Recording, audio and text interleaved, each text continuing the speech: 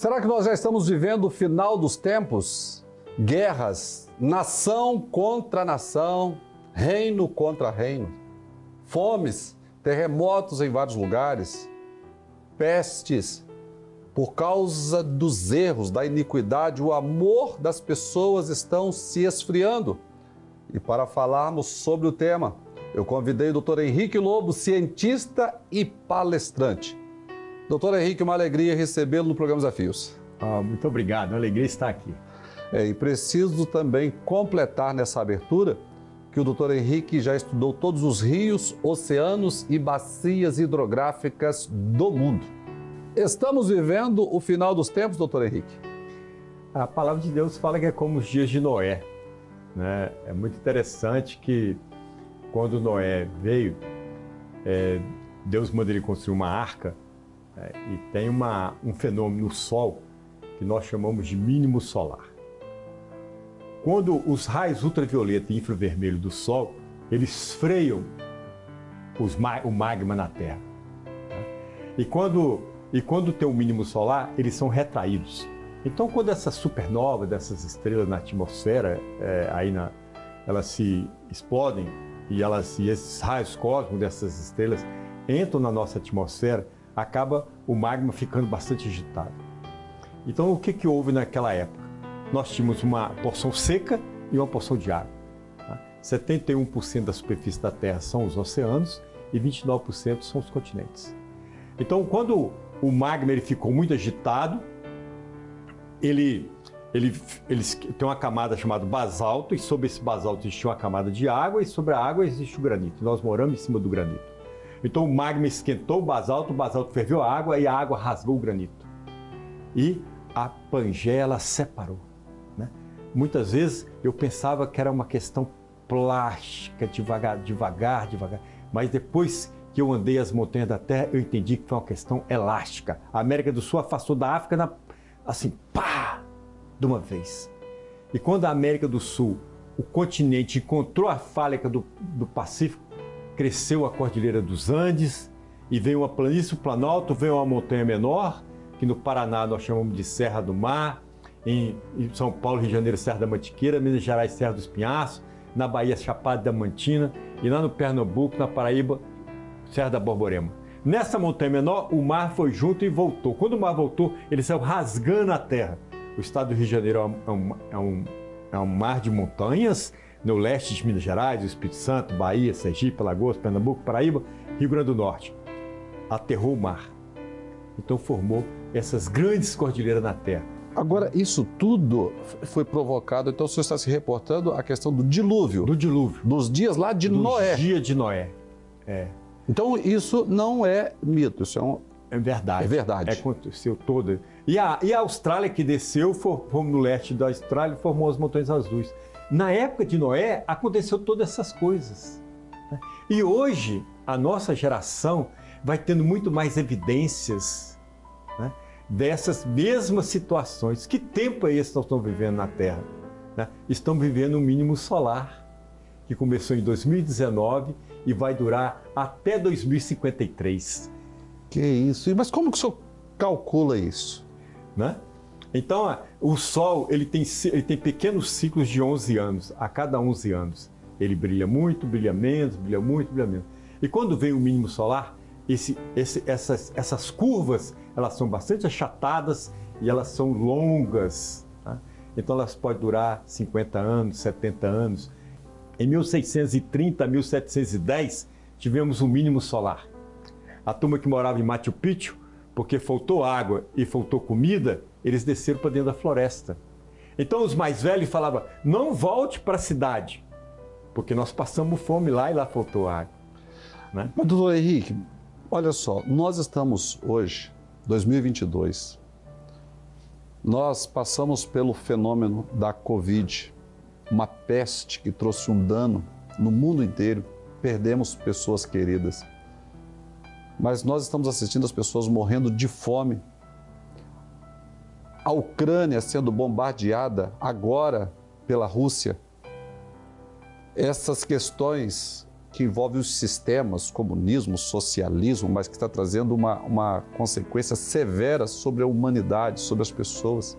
Qual a relação de todos esses eventos, inclusive um que o senhor também fala, os rios estão secando e que a Bíblia está registrada na Bíblia.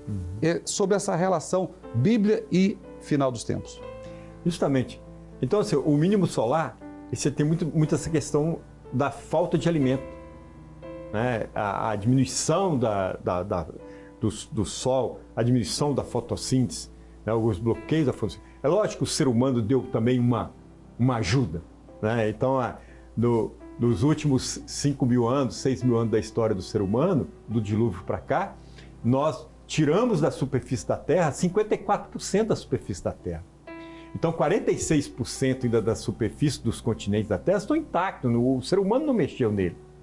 Mas 54% foi embora, foi mudado. Tá? Mudou por questões de produção alimentar, de produção de alimento. Tá? A falta de alimento vai ficar cada vez mais difícil a produção de alimentar na sociedade. Então, a sociedade humana, naquela época, em 1820, tivemos um mínimo solar.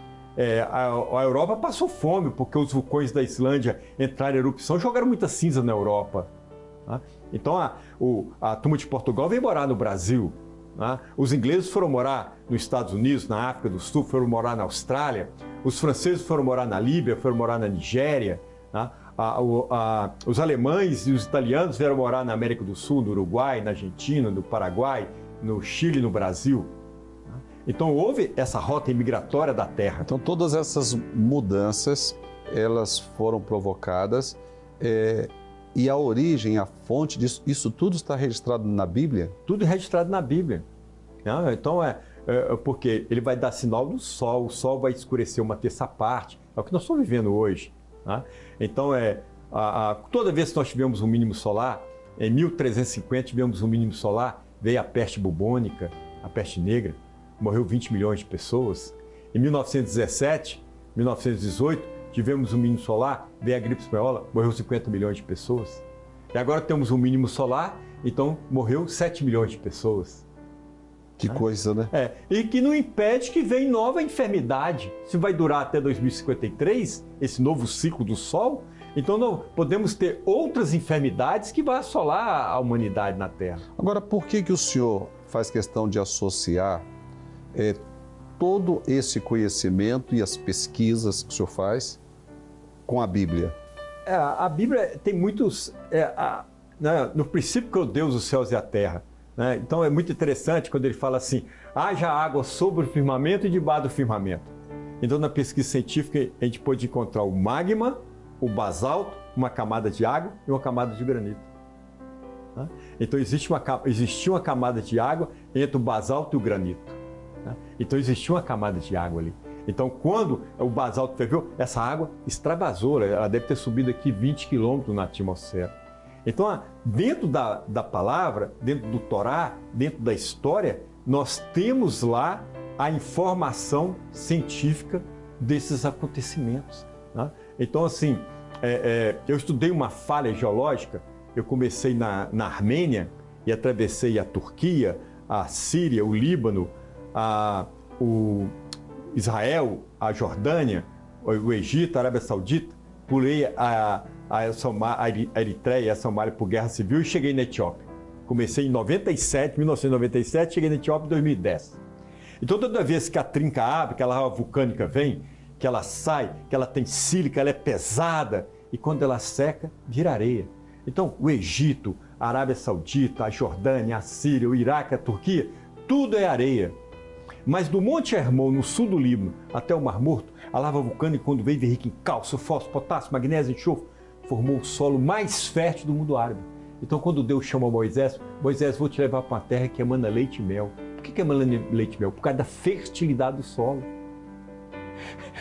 E aí, então, o senhor está falando de Israel? De Israel. Então, assim, está na Bíblia. Ele criou, Deus criou. Então, é ciência e fé. Então, toda essa formação, né? Quando tinha Pangeia, não chovia na terra, você tinha um sereno na terra. Aí quando separou a Pangeia, que separou os continentes, que cresceu as montanhas, começou o vento a circular. Tá? Então você imagina o mês de maio, que do Saara, estima que sai do Saara 187 milhões de toneladas de areia, de poeira, e que chega, atravessa o Oceano Atlântico e que chega na Amazônia 23 milhões de toneladas de poeira. Desses 23 milhões de toneladas de poeira, 22 mil toneladas é fósforo, aduba a floresta amazônica. Então a floresta amazônica, ela recebe água, ela é irrigada e ela recebe o fósforo que vem do deserto do Saara. Então ela é viva, ela fica viva, a floresta amazônica. Tá? Então, em Tabatinga, na divisa do Brasil com a Colômbia, os pluviômetros lá tem cloreto de sódio, tem sal na água. Da onde que veio o cloreto de sódio? Do Oceano Atlântico, que atravessou toda a floresta amazônica e chegou lá na Colômbia. Tá? Então, é esse Deus que criou todas essas coisas que cuida do meu coração e do seu também. É verdade. Então, as coisas são muito conectadas, não tem nada separado. Ou seja, tudo que está acontecendo tem uma relação direta com Deus. Tudo tem a fé, o Deus, né? O que criou, o Criador de todas as coisas. Agora, o senhor sempre foi um cristão praticante? Sempre fui. Sempre amou a Bíblia? Sempre amei. Né? Tem 40 anos que eu amo a Bíblia. Então, e como o senhor é conhecedor não somente da ciência, mas também da palavra, nós estamos vivendo esse tempo, a nossa geração, estamos assistindo muitas coisas ruins, né? Como falamos a questão da Covid, o senhor falou, nós perdemos 7 milhões de pessoas no mundo. Nós temos aí hoje essa questão das pessoas viajando de um país para o outro, são povos migratórios, fomes, pestes, terremotos, guerras. Como hoje eu faço a leitura e quanto à questão do final dos tempos, estamos verdadeiramente nos aproximando para o final, para uma ruptura? Sim, toda geração, ela sempre pensava que a volta de Jesus ia ser na dela. Né? Então a nossa geração passa a ter muito mais evidências. Né? Então existem várias evidências. Uma que os terremotos iam aumentar. Na década de 70, nós tivemos 5 mil terremotos na década de 70, por ano. Então, dos anos 70 até os anos 90, nós tínhamos assim, em torno de 80, 100 tremores de terra por semana, a cada 7 dias. De 2010 até agora, 2022, nós passamos a ter 300 tremores. Então, nós estamos tendo em torno de 300 terremotos a cada 7 dias.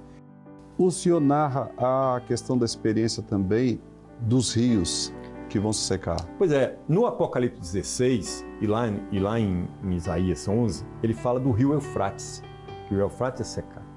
Então, nós tivemos uma pesquisa no rio Eufrates, que nós descemos a Turquia, as montanhas da Turquia, descemos a Síria, descemos o Iraque, até o Golfo Pérsico. Tá? Então, o rio Eufrates vai secar. A Turquia tem 23 barragens para a água não chegar na Síria, a Síria tem uma grande barragem, e o Iraque, no governo do Saddam Hussein, ele secou um grande pântano de 300 quilômetros de extensão, ele fez 7 canais no pântano, drenou o pântano por questões de guerras que ele tinha com o Irã, guerras que ele teve com o Kuwait, guerras que ele teve com os Estados Unidos. Então, ele drenou um grande pântano de 300 quilômetros de extensão, que esse pântano nunca mais ele se recuperou. Então, assim, a partir de 2030, o rio Eufrates, ele seca de vez. Não tem mais volta. Tá? E isso está na Bíblia? Está na Bíblia. Está em Isaías 11, 15 e Apocalipse 16, 12. Ou seja, estamos falando de um livro, Isaías, há 800 anos aproximadamente antes de Cristo, e nós estamos em 2022 e isso já está registrado lá atrás. Está registrado lá atrás e está acontecendo na nossa geração. A nossa geração está vendo com os próprios olhos. Eu tive agora em agosto, setembro, estudando as nascentes do rio Tigre. É um rio também que já perdeu muito volume de água. E ele junta com o Eufrates para chegar no Golfo Pérsico. Então, as águas estão secando o lençol freático, as nascentes, e estão secando a água subterrânea também. Então, isso tudo aponta diretamente...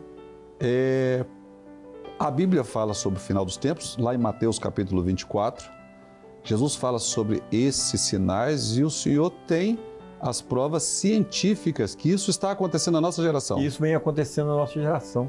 O nosso telespectador, doutor Henrique, qual a importância dele se atentar para esses fenômenos que a natureza está falando, está confirmando o que foi registrado lá atrás?